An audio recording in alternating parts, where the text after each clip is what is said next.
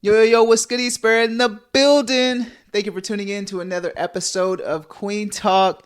Today we have a very special guest. But before we get into it, please make sure to hit that subscribe button, that like button, and leave a comment.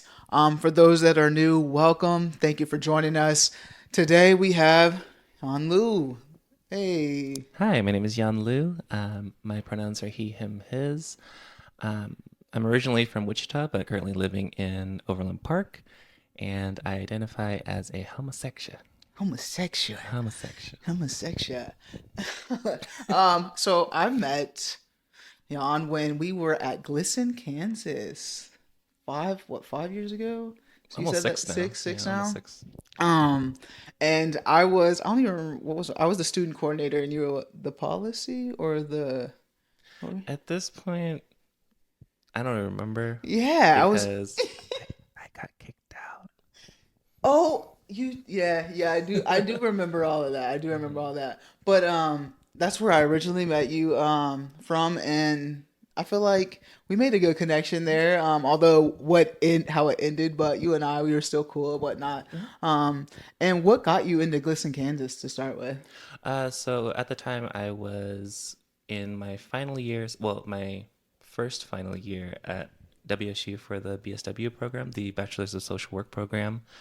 And so when I was talking to the person organizing the practicums for the internships, um, she was just asking like, oh, like, what do you want? What kind of population do you want to work with? And I was like, possibly like K through 12 kids, and then possibly maybe kids that are in the LGBTQ population.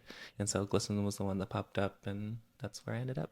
Are you so you graduated from WSU with your social work? Is that what you pursue now too? Did you navigate into that now? Are you still working with the queer kids? So, not exactly. I mean, I graduated at the best time of everyone's lives in 2020. Yeah. And so I kind of bounced around a lot. I worked a lot of different jobs. And so right now I'm currently trying to get back into banking, actually. I worked for a Okay. bank for a little bit and I actually really, really liked it. And so social work has kind of taken a space in the back burner for now. I Yeah. still want to in the future because one of my main goals is to potentially become like a school counselor or like a college counselor, just to help kids find their path because that's something I needed when I was growing up. But yeah, so right now it's not a priority, but right now it's trying to make money. Yeah, I hear you on that one. I actually did the same thing. So I graduated in 2019. And when I traveled and then yeah, COVID hit. So I was like, man, do I really want to do this? And I kind of got in like the same similar situation of just like trying to figure out what I really wanted. So I totally get where you're coming from there. You mentioned that like you needed guidance and that's why you want to pursue that. So what was your upbringing like growing up? So I am grateful to have grown up in I would say, at the time it was probably considered middle class family. Um, and that's basically just the prospect that we would take like one major vacation a year, usually either to visit like family in California or visit family in Vancouver. And so I'm grateful for that because I know that a lot of people don't have that sort of privilege to even like leave the city really. yeah.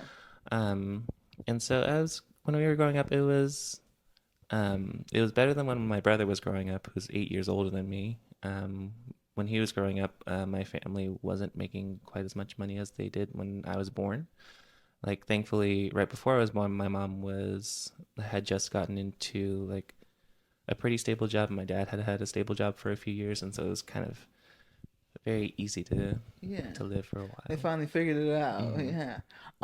What was it like for you? Like, when did you come out as homosexual? Ooh, ooh.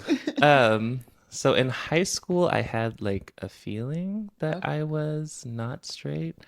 Um, but I definitely avoided it because I thought, like if I do come out, like this, everything's gonna change, Hmm. my life's gonna be ruined and Yeah. everything like that. So technically, I didn't come out until probably my first year of college, And I still remember when the first person I came out to was my friend KJ, and she was like, "Okay, is this new?" And I was like, "Yes." And she was like, "It's not new, Jan. It's not new." Yeah. And so Yeah. after that, it became a lot easier to just be like, "Hey, like." Yeah, and that was just like towards like your friends group and Mhm. whatnot, not really towards your family yet.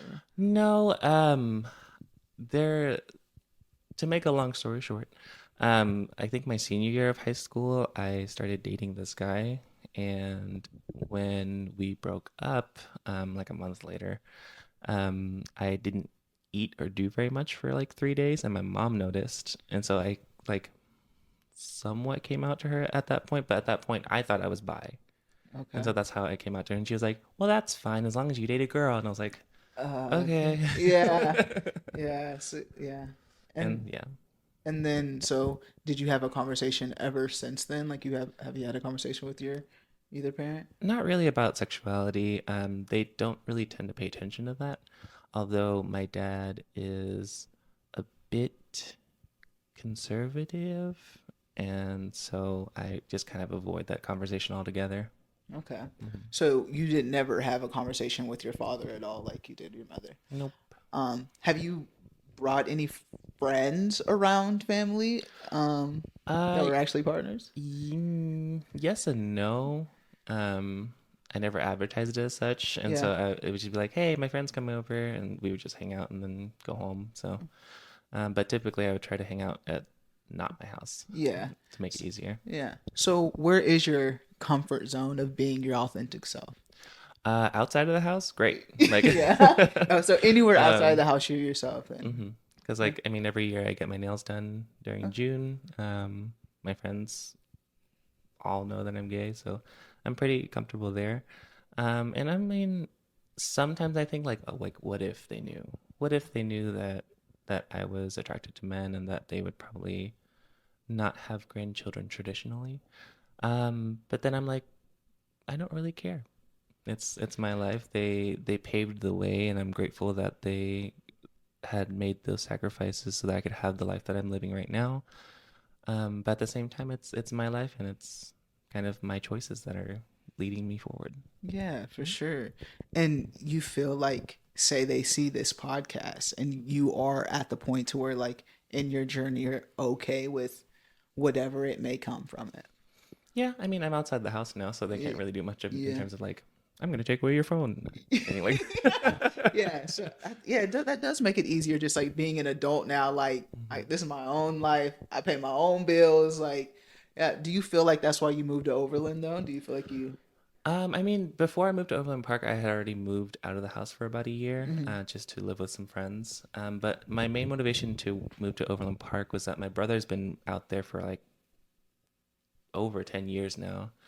And so like we've always been close growing up, and it was like he was like, "Well, come up here. There's more opportunity. There's more things to do, and then Yeah, there really is more yeah, things to do than in Wichita." definitely. So yeah, that's So how you and your brother's relationship? He knows that you. he wasn't always accepting of it. So it's funny because when I came out as bi, he was one of those people who were like, "That's not fair. Like, why do you get to like both men and women?" And Huh. I was like, "Oh, that's an interesting take." Yeah, I've never And heard but that. he's come around to it. He's like, I don't care. Like Okay. you do what you want to do. Well, that's good. So, do you interact like or bring people around like your brother while you're in Overland Park then? Like, I have brought partners over, and like I was like, hey, like this is who I'm seeing right now. My brother's like, I don't care, keep the place clean. okay. And so that was when I was still living with him. I actually recently moved out on my own with one of my best friends, like back in May, beginning of May. So Nice. Well, that's good that you have someone. Or is it just you and your brother? Do you have other siblings? nope, just me and my brother. Okay. Well, it's good that you have that relationship with him. Like, he's open. I know men can have like their ideas of like what gay men and stuff like that, and have their own like I don't know ways about it. So it's good that he's opening up for you. That's awesome. What do you do now in Overland Park? So right now I am unemployed. Okay. I'm actually interviewing for a few places, but ever since I've been in Overland Park, I've worked in banking, which is what I was used Yeah. to. But I think around January, February last year, Hmm. I was like, maybe I should use my degree. And Yeah. so I was like, oh man. And so I actually got into a job working with mental health, adult mental health. And I worked there for I think about 8 months, and I did not do great at it because of my own shortfallings. I don't know. Like I was just going through a rough patch, and then that translated into my work, and I got fired. Um, I worked as a mail carrier for the USPS for a short stint. It was like maybe 2, 3 months. That was not the worst job I've ever had, but it kind of gave me a lot of different perspective of like how the world works. Because I'm Yeah. just like, what do you mean mail goes through like a multi-million-dollar like machine that organizes everything and Wow. like shoots it everywhere and then also gets things wrong? Oh. And so, and I had like the longest like walking route apparently of the station. And so Yeah. every day I was walking like, how, I mean, I think at the time my phone was active, and so it would say like 20,000 steps per day on average. Damn. I was like, oh man. I was really fit though. It was very Yeah. nice. Nah. Shout out to them. That is a lot of work. And then I found a job in foster care um, with children, and I didn't dislike the job, but they definitely could do better in terms of training and getting people ready for the job. Hmm. And so, like, my first mental health job I got fired from was because of me, but like this more recent one was I want to say not because of me because it was just it's a lot. It's a very extremely hard job to see kids in certain situations Yeah. and you're it's like, "Oh, by the way, it's your job to get them out of here." And I was like, "Oh, Yeah. thanks. How do I do that?" And they're like, "You'll figure it out." And I was like, "Oh, okay." Yeah, there's a lot that that system specifically has a Hmm. lot of work to do for sure. Um, I you've tested out a few things. Hmm. I didn't. I tested out a few things as like the internship, but I didn't. I haven't done it as like a full time gig. What do you? So you want to do the banking stuff eventually? Yeah, it's very stable. It's kind of an easy way for me to get what I want out of a job, which is usually just to help people get what they want. Mm-hmm. Especially with finances, it's a very touchy subject for a lot of people. So it's just like, hey, I'm here to help, and they're like, okay. Yeah. So in Overland Park, do you feel like you said, there's a lot more opportunities and just like in Wichita, specifically in like the queer community. Did you experience that at all, like in Wichita while you were here? So in Wichita, when I was, I guess, in college, I think XY had recently opened up as one of like the more like open gay bars to the community. Because I mean, there was, of course, I heard of like Fantasy. There's Club Rain, which is amazing. Mm-hmm. And then at the time, Boomerang was probably one of the first like gay clubs that I was old enough to actually get into because it was 18 and up at the time.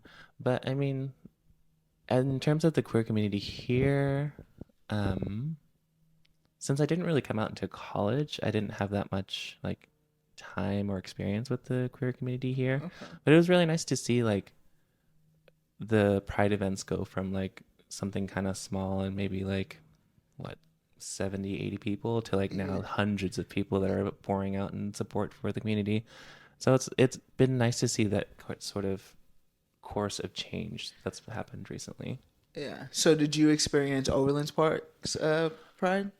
So I Overland Park is weird. Casey is kind of weird in terms of that's the main difference that I've noticed between Wichita and Kansas City is that Wichita is like one big community, right? Like even if you live in like Derby, Prairie Village, not Prairie Village,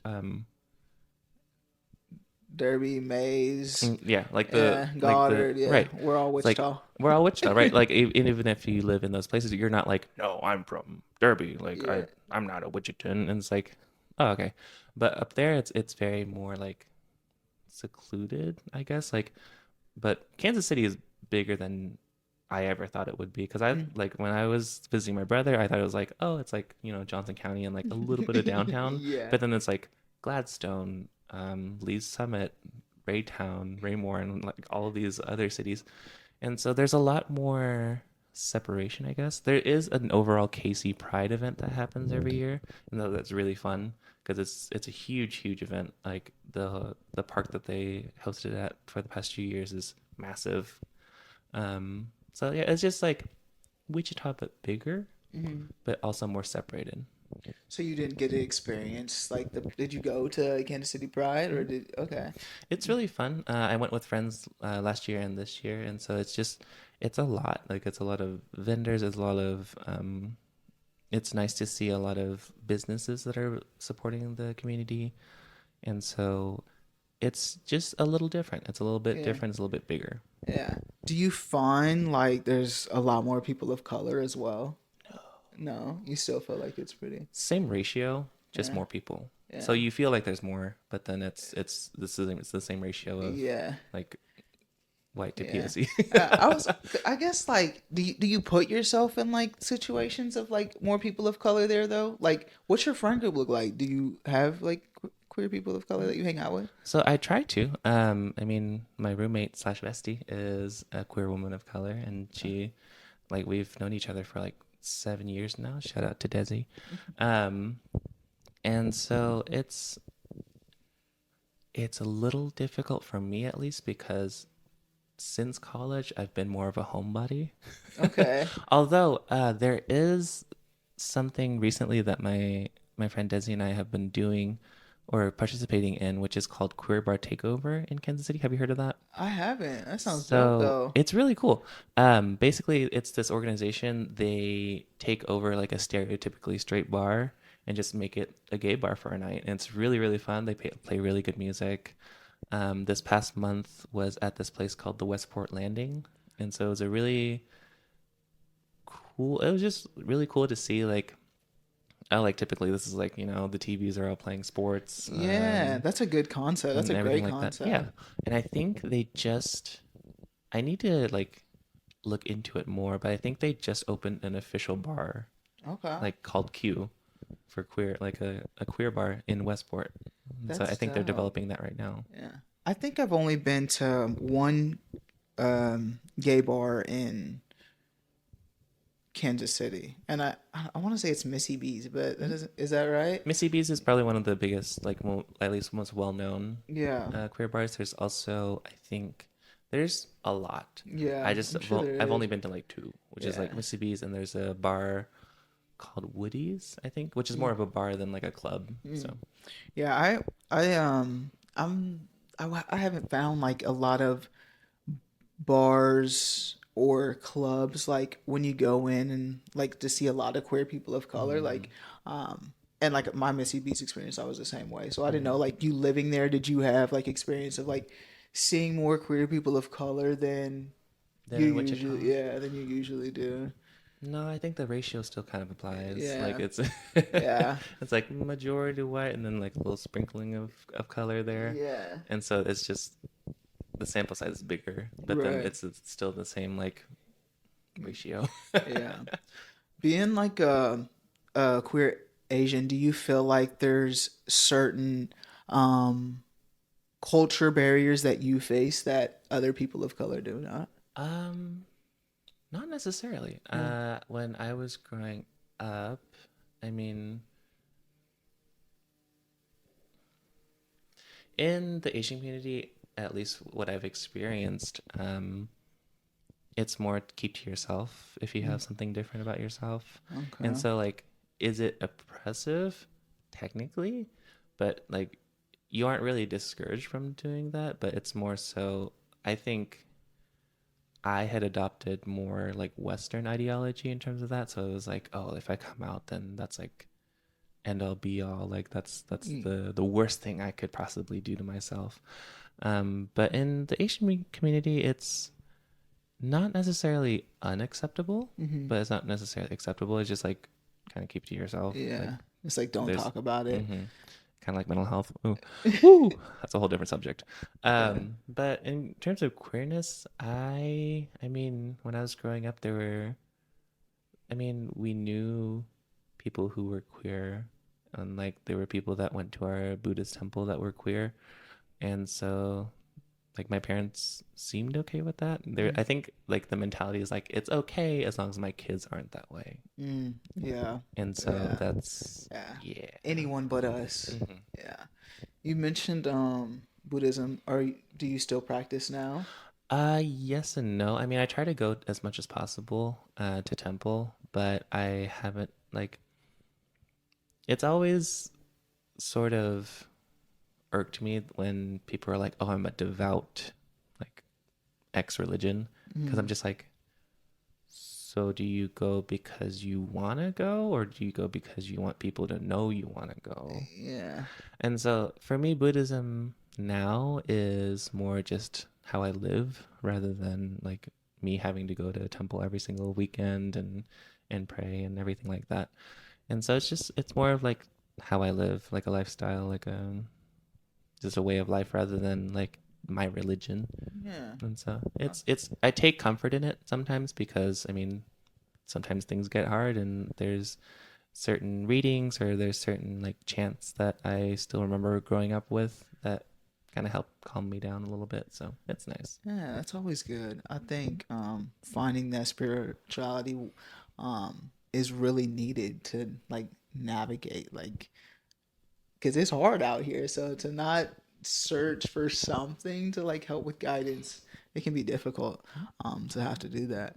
Um, how are you comfortable with walking in your authentic self, just like on a regular basis?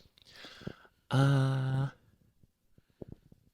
I don't really not to be one of those people that are like, oh, like I'm not one of those queers who are just rainbows and they look like clowns and everything like that. No, I'm not one of those people. But like I'm comfortable just dressing like this t-shirt and shorts and like going out. And so like some like I have my ears pierced now and so I'm trying to eventually heal them so I can, you know, start wearing more earrings that I've collected over the years because I have over a dozen pair of earrings that I've bought and I can't wear them because I didn't have pierced ears. You just knew you wanted to get your I ears was pierced like, one day. this is why I'm queer. No. And now so it was just like as a gay man, like I walk around, I don't advertise it Hmm. necessarily, but I mean my friends are like, I mean, it's the way you walk, it's the way you talk. Like it's it comes out eventually.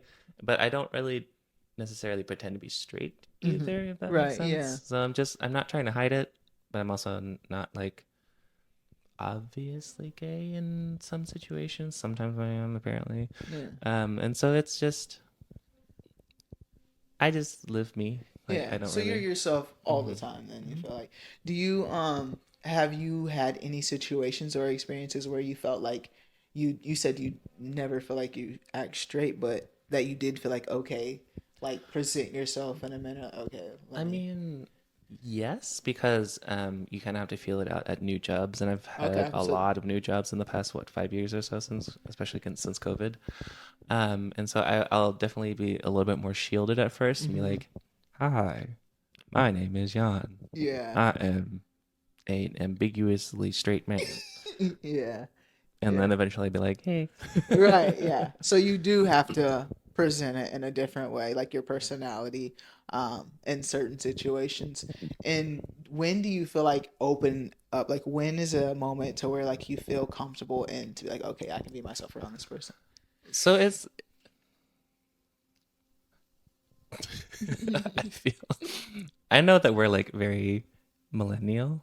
Well, I guess we're kind of in the middle, right? Yeah, I would say We're like so. zillennials because Hmm. we're in that kind of transition period between the two. Um, I go off of vibes Yeah. because if I feel like, oh, like in conversation, like, oh, like if I feel like you're supportive of what I am, then I'll slip in like a joke or something and like be like, Yeah. because I remember there was one point, I forgot what job it was, but it was me and my coworkers were just like talking, and one of them had like had just gotten like engaged, I think. And she was like, "Oh yeah, like I think we're probably gonna try for children." And so I was like, I was pretty comfortable with them at the time. So I was like, I mean, I've tried for children a lot in the past, but it doesn't really work out. And they're like, "Why?" And I was like, hmm? And they're like, "Ah." That's funny. And so they're like, "Oh." And Yeah. I was like, "Really?" Yeah, just like throw it in there every Hmm. now. Yeah, that is Make it fun. yeah, for sure. Because you definitely have to like feel it out too, for sure. Because you never know. Like, Mhm. with me personally, I'm kind of like, I think it's kind of obvious. In certain situations, I mean, there are mass presenting women that are not part of the community, but Hmm. I don't really hide it in anything. So I don't feel it out really. I'm just this is Here I me. am, yeah. This is me. Um, there was a point in time where I wasn't like that. Like I would, I don't know. I've always dressed this way, but just not like with a partner or I was scared to hold hands like in Hmm. public for a while. What was your situation of like that in public versus private? I don't like PDA for Yeah, myself. yeah. Everyone else, I don't care. But for myself, I'm like, ooh, ooh, Yeah. ooh.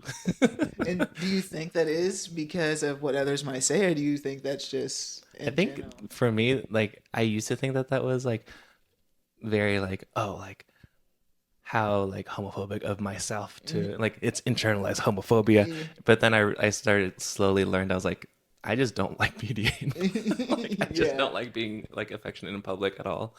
I think I'm coming more around to it now. So I mean, everything can change all the time, Yeah. and so typically, yeah, it's I'm like, nope, like don't touch me. We're walking next to each other. I'll hold your hand, Yeah. but don't touch me. Yeah. That's as far as it goes. Yeah. Have you dated women in the past? Like you said, you're bisexual. Ooh, I've tried. Yeah. In high school, oh my God, I tried to ask so many girls out and it never worked out. Yeah. I dated one girl for 3 days. 3 days. Hmm.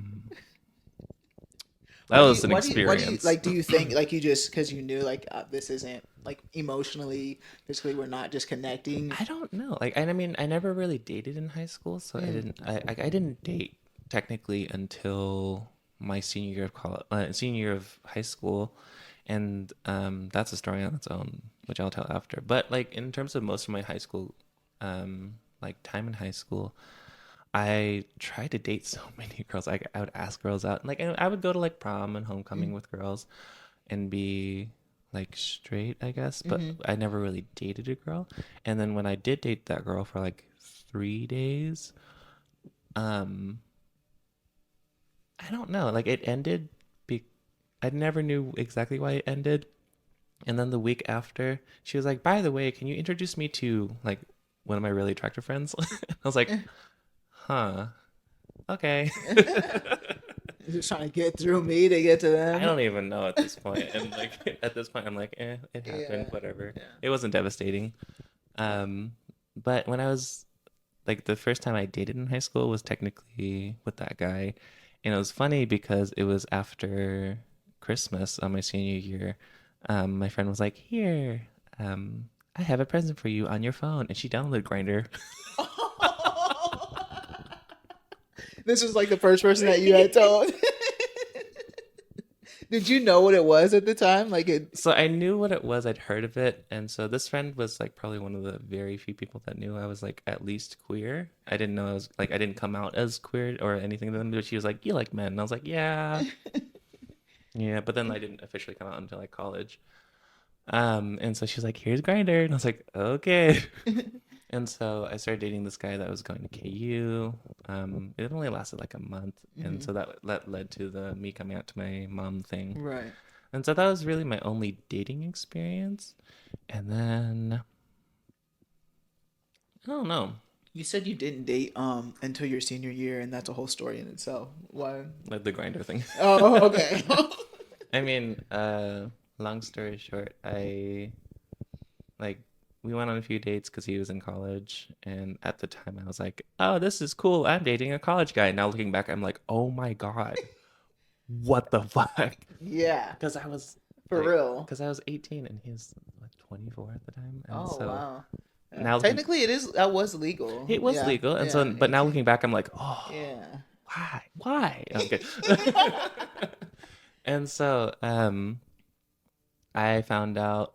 So I stayed on Grindr even though I was dating him, but not to like hook up or anything like that. I was just making friends because I had made a couple friends just talking around. And this guy was like, because I changed my profile picture, and he was like, this other guy was like, "Is that your boyfriend?" I was like, "Yeah." Like we just started dating. Like I'm so happy right now. He was like, "You know, he uses a different app to like talk to guys, right?" And I was like, "Oh." He's like, "Yeah, he like shares his nudes and stuff and everything." I'm like, "Oh." And so Uh, my like 18-year-old brain at the time was like, "Oh, I don't know how to process this," and so I didn't like eat or right. anything for Yeah. like 3 days. Yeah. Older men getting like always 18. Yeah. You want to know That's something else? Vietnamese, Chinese, white, uh international studies, concentration in Mandarin, red flags everywhere. dang. Dang. Now looking back, I know, but like back then, I was like, I'm dating a college guy. I'm Yeah. cool.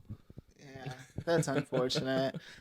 Well, I'm sorry, like that was your first experience, so that was like into like the gay scene, and that was Mhm. how did you navigate after that? Oh, Like I was a hoe.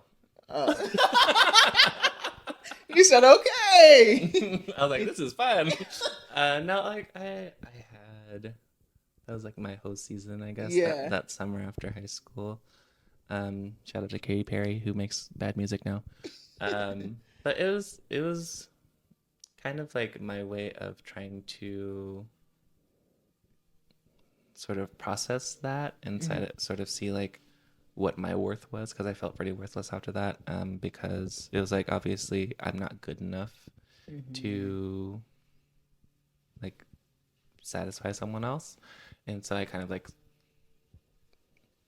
there was a lot. Yeah. It was a lot. I was not. I was safe, Mhm. but I should not have been in those situations at 18 years old. Yeah. And And so that was that summer, and then like once I got into college, I didn't really do anything. So mhm. Yeah, it is like I mean, like you said, you were so young, you got your heart broken, and um, I mean, that you was a didn't know what else. But you did say you were safe. How did you learn about like being safe and like who taught you that? Was there someone that I mean, technically, it was like sex ed back in middle school that yeah. like kind of taught me that because, um, I mean, I know that a lot of people like growing up, they learn from like porn, and so they learn like not necessarily to be safe, but like how people think pleasure should be. But Hmm. I was always very adamant in terms of like condoms, just because you never know. Like Right, even if yeah. your partner's like, "Oh, I'm fine," it's like, "Oh no," you find out later they're not. Yeah. And so it was just always in the back of my head, like the fear of like having like some sort of disease or some sort of like infection. And so I was like, I don't want to have to explain that to anyone or like a doctor. And so Yeah. that's why I kind of just stuck to that and made sure that I was like, you're using a condom. I'm using a condom. Woo! Yeah. Well, that's good that you put that in there because I mean, not being a hoe, Mm-hmm. you can get things like so it's good that you were like being safe though with it Mm-hmm. in that same And some sense. people enjoyed not using protection, which Yeah. is all power to them. I can't do Yeah. it. Yeah, that is for some people, but yeah, it is good that you were able to do that. And just I don't know if like it is easier like men like you do learn about it in your sex ed for like women. I didn't You don't know. learn I jack didn't I shit. didn't I didn't know what a female condom was till Mm-mm. like I never seen one until like probably like 2 months ago. Really? Like an actual female condom. Although I've never had sex with like a man. Mm-hmm. But I like having sexual relationships with partners like that wasn't ever like a thing that Mm-hmm. I even thought about. You're like, Like, yeah. hmm. But then I seen them and I'm just like, I don't understand how they even work. Like, Mm-hmm. it's weird. Like, it's so big. Have you seen one Mm-hmm. before? Yeah, I'm just, Because it's like there's like the structured part of it, and then there's yeah. like you have to put it in, and like there's another structured part Yeah. of And it. then So I'm it's like, like how often do these get stuck? Literally, like you would think you it have to gets like stuck in there. Yeah, I don't know. There was a lot. Like I was like mind blown. I was like, man, why? And I don't remember learning that in sex ed of Mm-mm. like a female condom. Like that wasn't.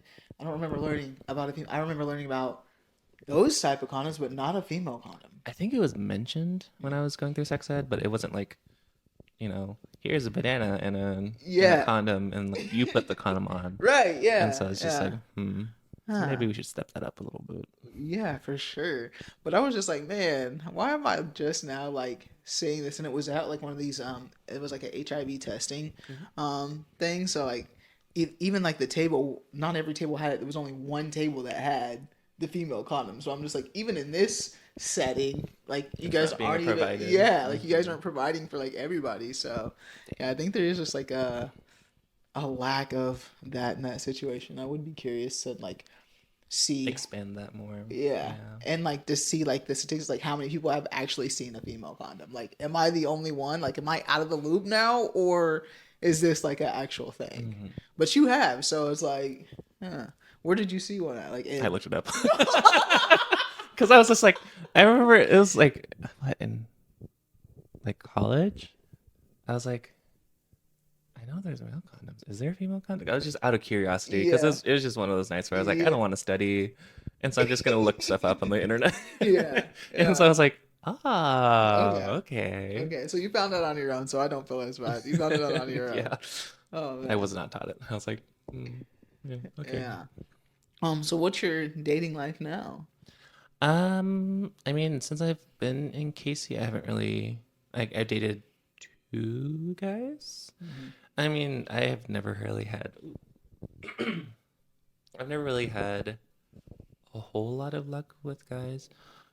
What's Um, your way of finding it? Just Grinder, or is there other ways that? so let's see. In the past, it was Grinder, and then Tinder for a little bit, and I tried like Bumble, I think.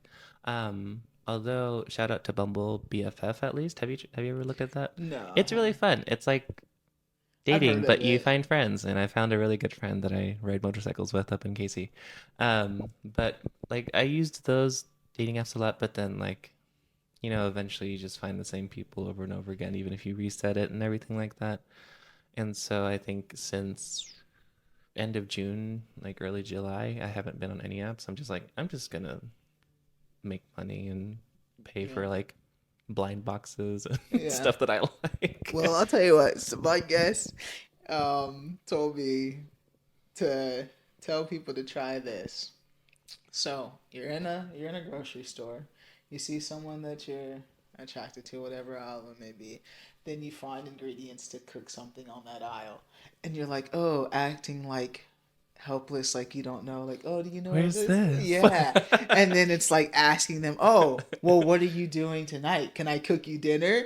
And then seeing where it goes from there. So if you're bold enough to do Mhm. something like that instead of the dating apps, there's a way to do That's true. it. I mean, my friend Desi and I, like, we said so when we moved in together in May, but we didn't really do much. But I think now we're gonna try to like go out at least once a month just to Mhm. like see people. Yeah, especially you're in a new city. There's and like you said, Kansas City's big. Hmm. So I'm sure you can find Do a lot something, to yeah. do. But yeah, I don't know. Um, Not to go down a rabbit hole, but sometimes my little conspiracy theory brain is like, oh, like I'm not really getting a lot of traction on dating apps because I'm no longer like a skinny, like Asian boy. Mm, And that's a lot of what happened when I was a hoe that I mm. didn't think about at the time because I was just like, oh, like they're attracted to me, and it's like, no, they're old white men who are attracted to young Asian boys. Wow. Yeah. And so the realization was like, woo. And Jeez. I didn't die, so it's fine. Yeah. And so, but yeah, I mean, I'm an average sized So when guy I now. asked earlier, do you feel like there's certain not there's not necessarily culture barriers like being a queer Asian, but just like being a queer Asian, like those are certain situations that you've had to deal with, like you've experienced the fetishes of white men on you because you're an Asian. Yeah, I mean, Back when I was on Grinder, I got a lot of messages that was like, "Hey, are you good at massages?" And I was like, Oh my gosh. "Yeah, but like not for you." Ah, that's oh yeah. Yeah. Or like, how hairy or how hairless are you? And I was like, I don't know. I don't hair or anything. It's a weird question to ask. Yes. Oh my gosh. Man, people are wild. I People don't. are racist. Right. I don't have a lot of funny hair, but damn, Ah. get off me. So so do you feel like how have you like navigated that? Like have you called people out on it? Like what do you like do you just like ignore it? Like I just ignored it in the past. I mean, now I'm not even on any of those apps anymore, mm-hmm, so I'm just like, I don't care. Like, mm-hmm, I don't deal with it anymore. yeah. Well, because I mean, that kind of stems a little bit from, the prospect of anonymity, Mm, because everyone can hide behind a screen and be like, yeah. "Oh, you're this slur, you're that slur." Like, and you can't find me because I don't, you don't know Yeah. who I am. And so I feel like people tend to get very brave when they feel like there's no consequences. Or they don't even know that there's consequences. And so Yeah. they're just saying what's on the top of their head, which is something that's been learned and that's something that's been taught to them, because no one's born predisposed to racism or predisposed to homophobia, transphobia. And so they had to have learned that somewhere. But it's, I feel like it's the sort of everyday struggle and conversation of, well, then who teaches them? Mm-hmm. Yeah. Because, like, I'm sure as a queer black person, like, you don't want to go around having to explain, like, this is what a black person goes through, this is what a black, like, queer person goes through, this is what a queer black person goes through, Mm-hmm. and like vice versa for anyone that who's in like a marginalized community. But then at the same time, we're the ones with the experience, so who should be teaching these people how to navigate spaces that they weren't native into? Yeah. And so it's that's a whole other conversation, because Yeah. it's just like, yes, it'd be nice for people to learn, but then eventually the question becomes who teaches. Mm-hmm. So it's hard. Right. It's hard. Yeah, and like this podcast, like I wanted it to be like for the people of color because like I feel like we all have like these different experiences of just like within the queer community, like you are really experiencing right like your experience that you're telling that don't get told, like they don't get seen. So like you said, where does it like you telling your story and your experiences in hope like for Queen Talk is in hopes of like people listening to this become aware like this is like an educational piece too. Like people ask me like why like why am I excluding like white queer people? And it's not that I'm like excluding them at all. Like this is still for them. Like this conversation is for them. This specifically is for them. So like um I think like they're incorporated just in a different way that they're not used to. Yeah. And this is why like our stories and experiences don't often get heard. And honestly, like this is my first time hearing like that this was like a fetish of like the white man towards Asian men. So like this is like this is information that I'm learning too, and so like being more aware of that and just like being having these stories being told to know like and you're not alone like you're not alone someone watching this is going to like be like man and they could be younger too and just like they didn't know that but now they'll know before they enter that space and know like the ideas that some of these people may have so it's good that you're being vulnerable and opening up and letting people in and telling us that so Be a safe hoe. yes. If you're gonna be a If you're hoe, gonna be hoe, you don't have to be. yeah, be a safe hoe. Yeah. That's that's wild though. And now I don't know, I wouldn't date a white man. No, I wouldn't like but maybe I'm open to it, but yeah. it's just it has to be very like specific, I would say. Yeah. Um, I mean, they would just have to be cognizant of the differences that our experiences like give us, Mm-hmm. and so it's just I don't know. Yeah. So, yeah, like that is a great actually question to ask. So just like with those experiences with white men that you have, like, and it being so predominantly white in the queer spaces that you're in, do you have you dated white men still? Do you Yes um and no. mhm. Do you I see I yourself might be there? talking to one right now. Okay. But I mean, it's just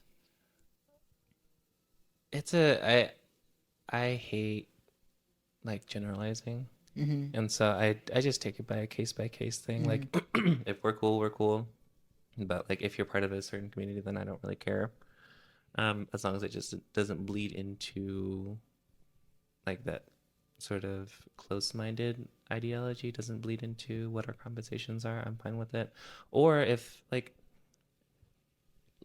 honestly, people can be racist even if they're not white. Mhm. So it's just Yeah. like as long as you're open-minded and as long as you kind of keep that open channel of communication, I think it that allows for so much more conversation, for so much more learning, for so much more opportunity for people to be more informed. I mean, if you go into something and just being like, oh, no one's gonna like me because I'm this or because they're that, it's like Yeah. you close off that Yeah. channel. Like Yeah.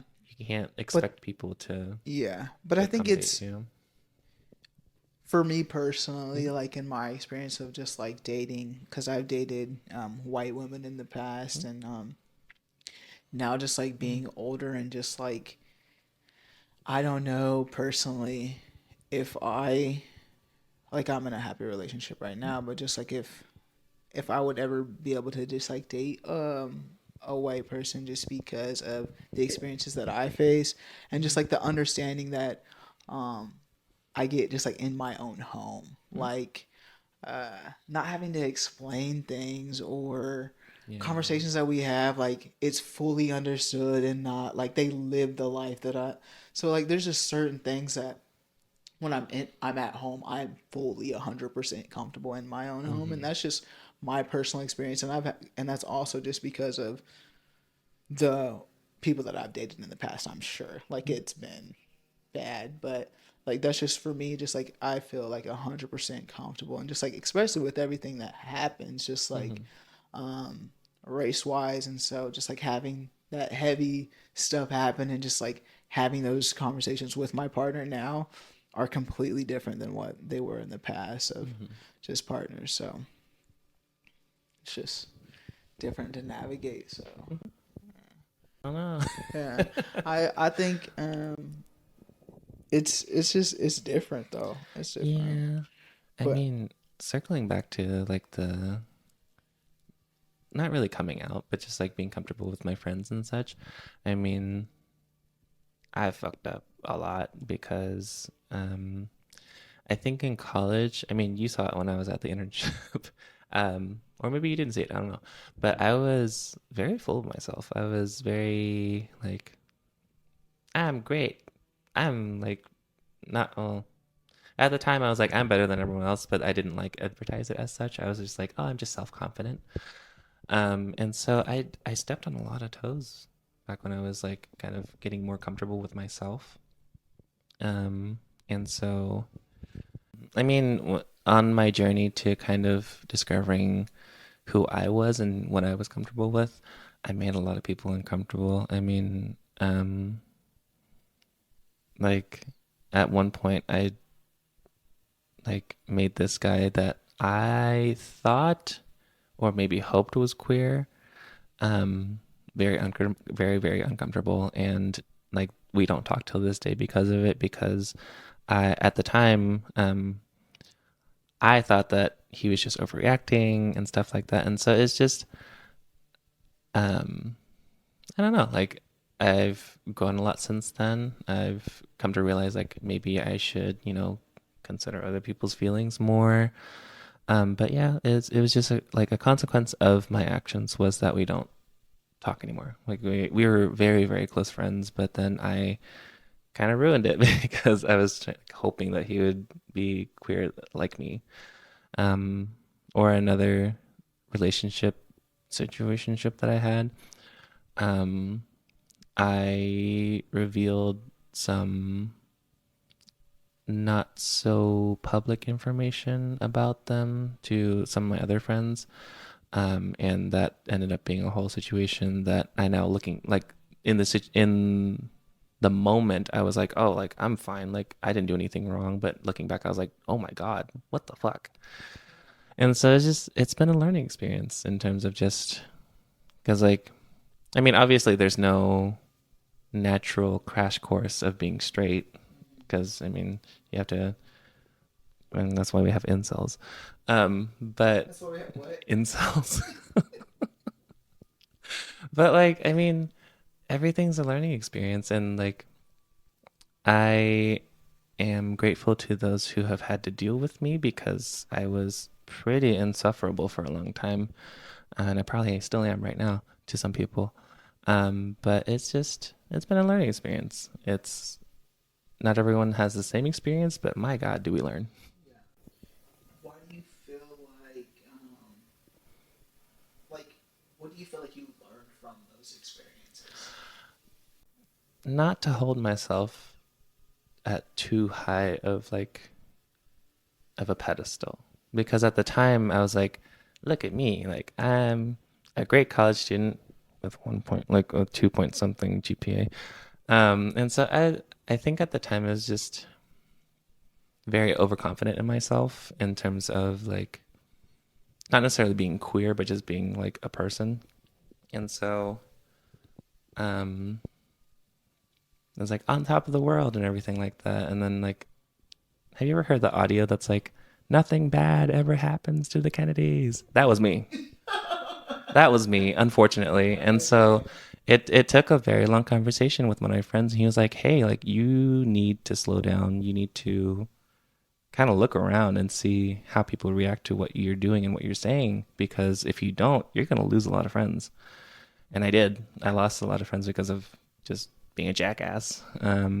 And so, um, Shout out to that friend that called you in on that though. Like that's not easy to be able mhm, to do that, especially like if you're an asshole. mhm.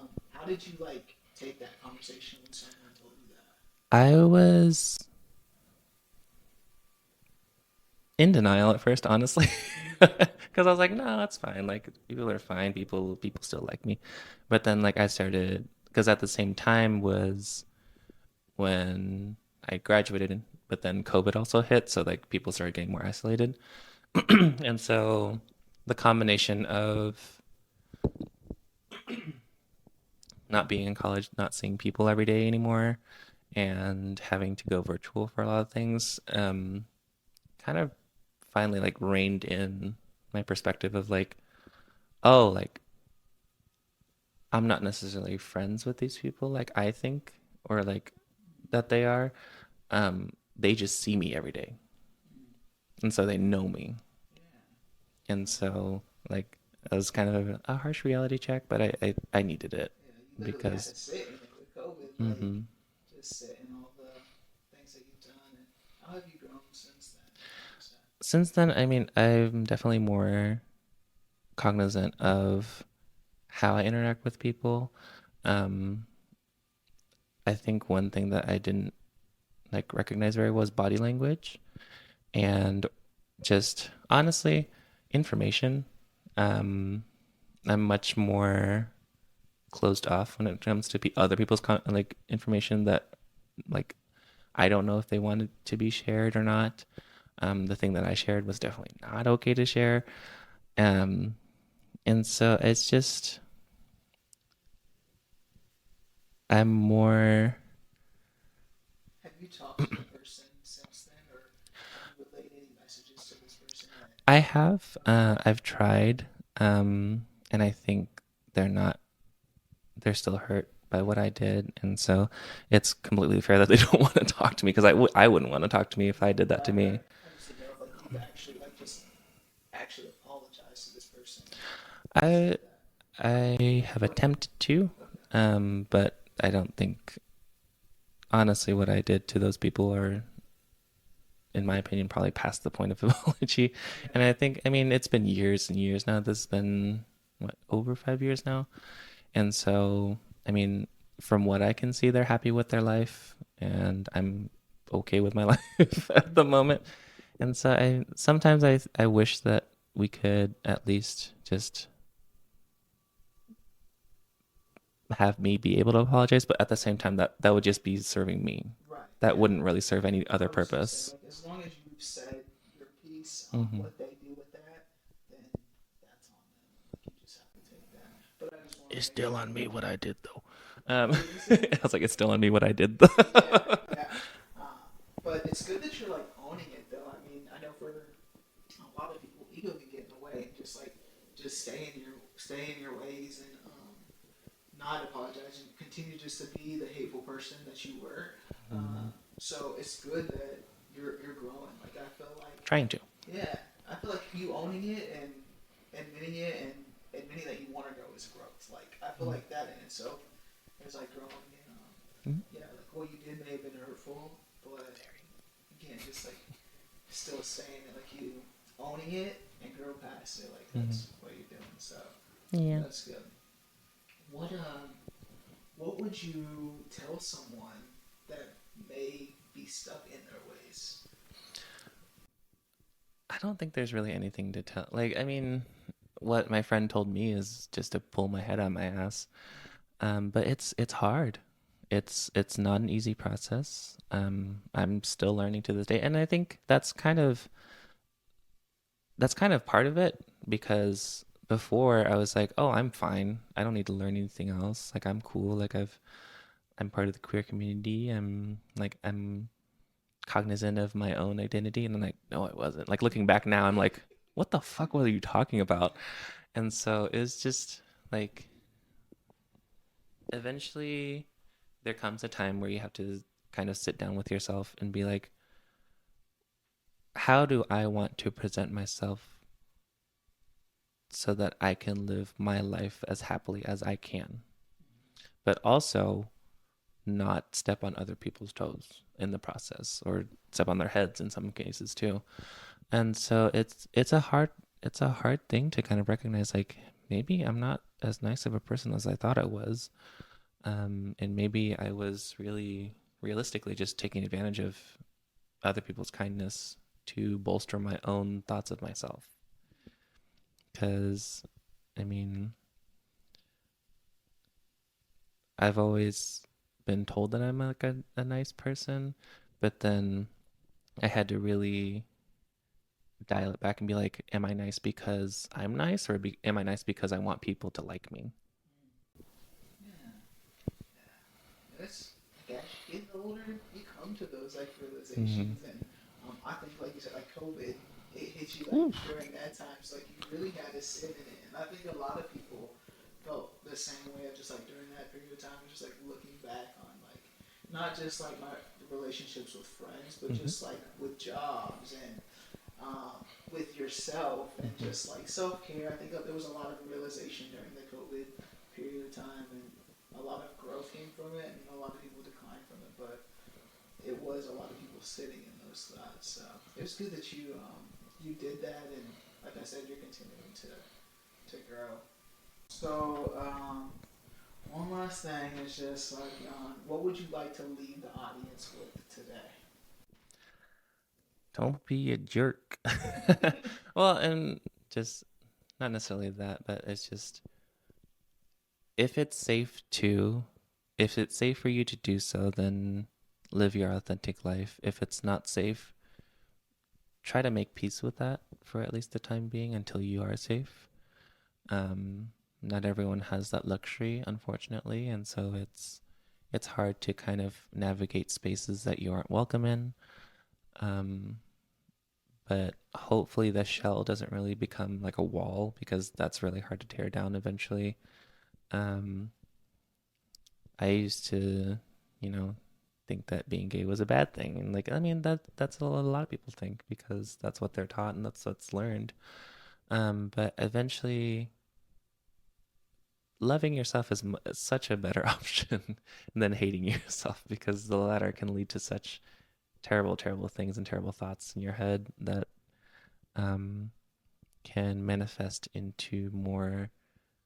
physical and um, other mental, you know, issues and barriers, really. And so be aware of your surroundings, be aware of your own feelings in like your own spaces, and just try to be a bit like try to just constantly improve rather than just being like, I'm great, I'm fine, everyone else is bad. Just stagnant. Just like I said earlier, just stuck in your ways. Mm-hmm. Um, some people can just be so complacent, just like this is how I am, this is how I got by, and I've Mm-hmm. been doing fine just until then. If you Like, don't like me, that's your problem. It's yeah, like, yeah, it's a two-way street. right, right. Thank you for joining me today on Yeah, Kueen Talk. Getting you in today. I'm so glad we made it work. I've been trying to get you on here a minute. yeah, for a while now. So thank you for coming on such short notice. And your story is like there was a lot of learning and educational stuff and Stupidness. part of your process, like your journey. A lot of people are gonna relate to this, Mm-hmm. and some people are gonna have some realization just like within themselves. They're like, man, maybe I am an asshole. Like maybe this is me too, and I gotta learn and grow. So I just want to thank you for your vulnerability and coming on here and owning up to it, like your faults and just like growing from them. So kudos to you, and I hope the journey continues. And Mhm. yeah.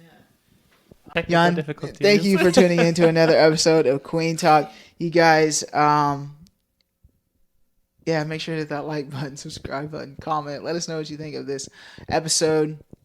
If you haven't already, please make sure to hit that link below if you want to be a guest. If you guys have any questions, please hit that link as below as well. Always looking for questions to ask the guests.